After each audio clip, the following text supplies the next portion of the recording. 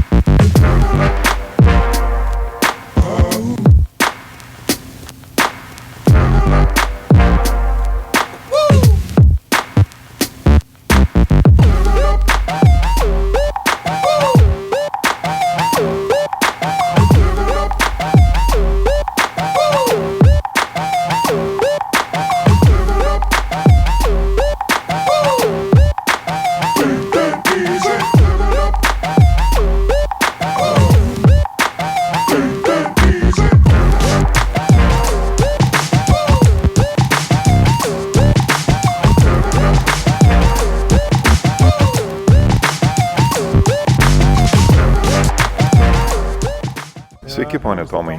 Malonu būti šiame renginyje. Atrodo, kad Volkswagen daug tikisi iš šio modelio ID1. Ar galėtumėte papasakoti, kokią reikšmę šis modelis turi Volkswagen prekės ženklui? ID1 tai automobilis tinkantis visiems. Jis puikiai tinka tiek vyresniems, tiek jaunesniems žmonėms, taip pat komerciniam naudojimui, pavyzdžiui, picų pristatymui ar slaugos tarnyboms. Jo viduje yra labai daug vietos. Erdvė prilygsta Polo, nors išorėje jis toks pat mažas kaip Up. Jis turi puikų nuvažiuojimo atstumą, kuriuo galima patogiai keliauti. Salono interjeras yra labai universalus. Jį galima pritaikyti dėl pažangios naujosios architektūros. Ir svarbiausia, jis bus siūlomas už sensacingai žemą kainą.